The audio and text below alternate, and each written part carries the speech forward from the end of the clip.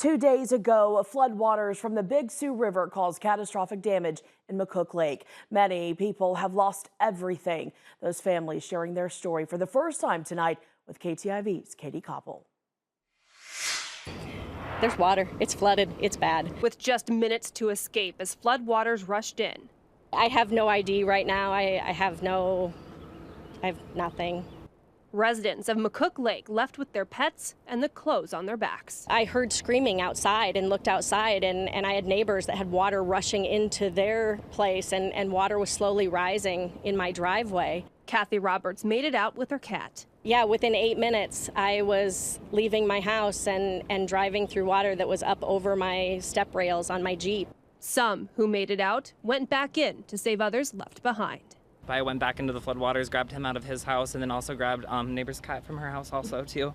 And we almost made it out of the floodwaters, but the vehicle's stranded. But we're here, and that's the biggest part that counts, is we're all together and it's a community.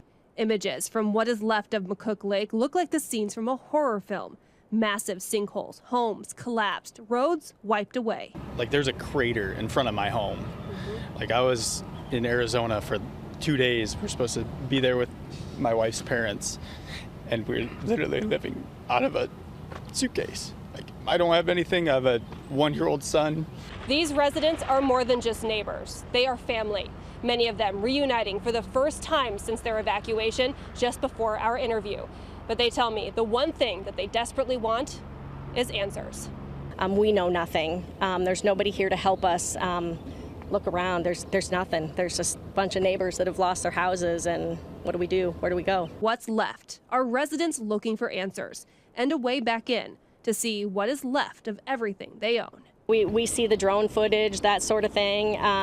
It's completely overwhelming. I mean, it was hard to even look at my neighborhood and know where it was. I mean, I looked at my own property at one point and was like, wait, is that my house? Because, you know, all of the stuff is gone. Like my driveway is gone, all my trees are gone, my fence is gone. I mean, I'm just like on this little island, and my neighbor's house is like falling into a hole, and it's hard to even tell what is what when I'm looking at that. The one thing they know for certain is the McCook Lake community will be together again.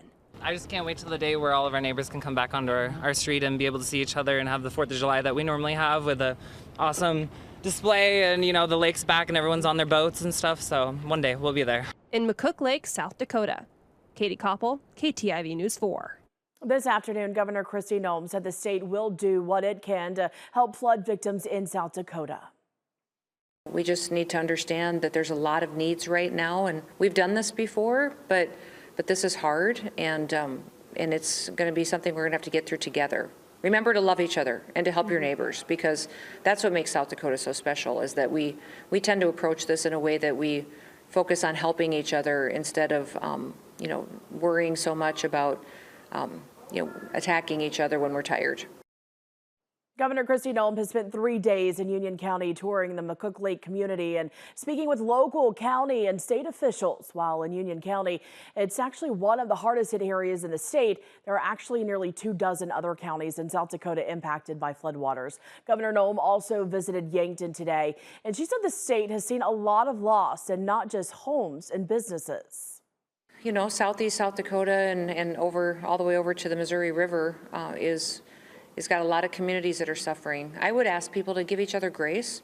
You know, we just came from Canton and they're struggling. We're been here in North Sioux City. We're going to McCook Lake. I'll be in Yankton a little bit later. There's lots of smaller communities along the way. Most people aren't even talking about the farmers that were devastated. In Union County, the focus is on McCook Lake right now. Governor Noem said the big concern is people getting into restricted areas. She understands the need and want to see homes, but right now she says it's just too dangerous.